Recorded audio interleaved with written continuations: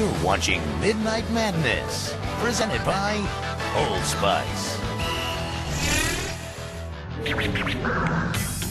Kenny George, 7'7", possibly 7'9" in high tops. The saying, politics make strange bedfellows, is adapted from a Shakespeare play, The Tempest. The line actually is, misery acquaints a man with strange bedfellows.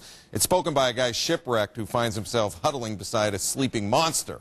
Well, nothing that dark bonds Bob Knight and Bill Parcells, but it was anguish, in part, that forged their friendship. Young coaches searching for success 40 years ago. Their resumes prove they were not afraid of greatness. Reese Davis directs this Sunday conversation. What were your pickup games like at West Point?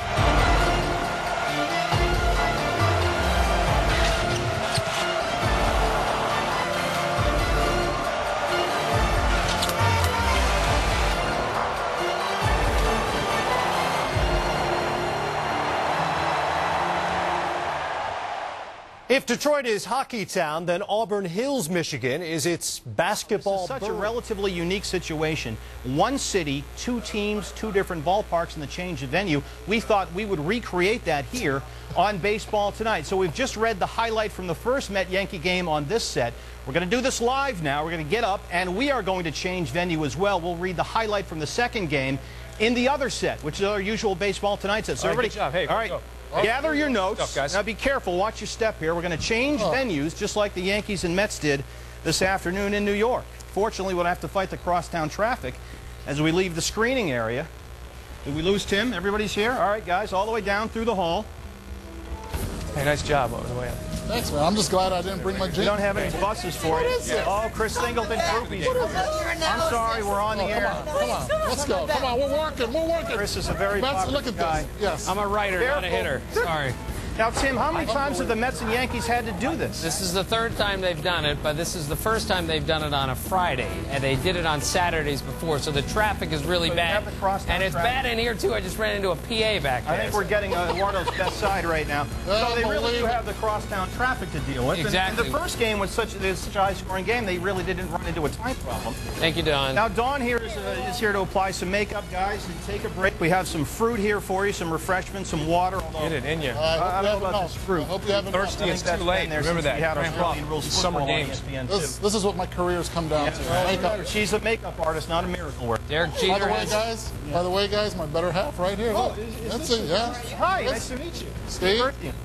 Chris Singleton. Yeah. Nice to meet you. How about that? Huh? Nice to Come to meet every you. show. You never introduced us. How about that? Look at that. All right, now we're going into the Baseball Tonight studio. Hopefully this transition went about as well for the Mets and Yankees. Right. It's 10 miles from stadium to stadium. It's 66 paces from studio to studio. I checked with the Elias on that.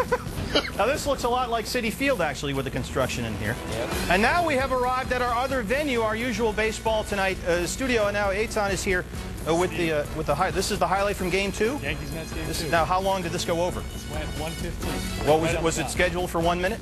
It's scheduled for 1:15. Oh, you're right on the money. All right, excellent. Have a good day. You're being kept. Oh, All right, now we move on here. I need so much better. Oh, see, this is really it. This is nicer than Shea Stadium, frankly.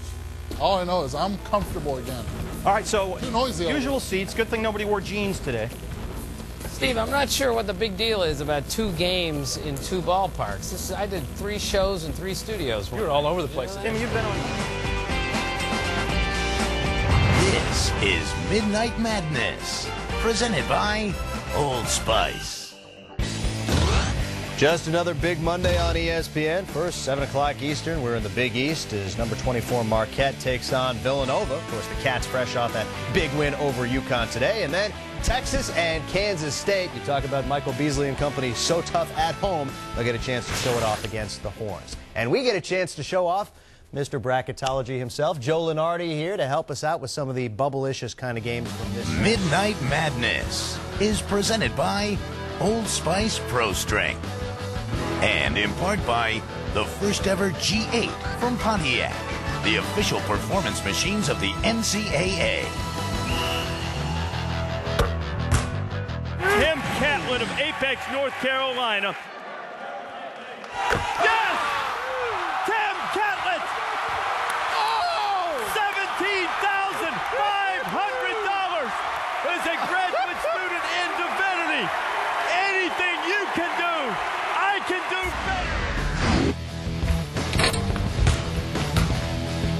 Midnight Madness is presented by Old Spice Pro Strength and in part by the first ever G8 from Pontiac, the official performance machines of the NCAA.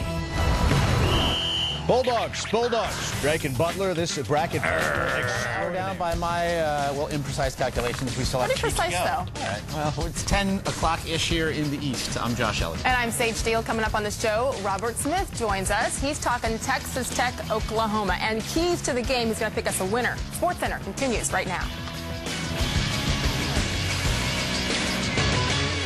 This is SportsCenter. It was a physical game in Pittsburgh last night. Bye, Josh. Where are you going? We'll break down how the Steelers D and Big Ben completely took over. And all the talk in the NBA was about the showdown between Kobe and Shaq. But we're going to show you why the Lakers bench made all the difference in Phoenix. Plus, college hoops at the Garden, a top 5 team, and big-time trouble in the Big Apple.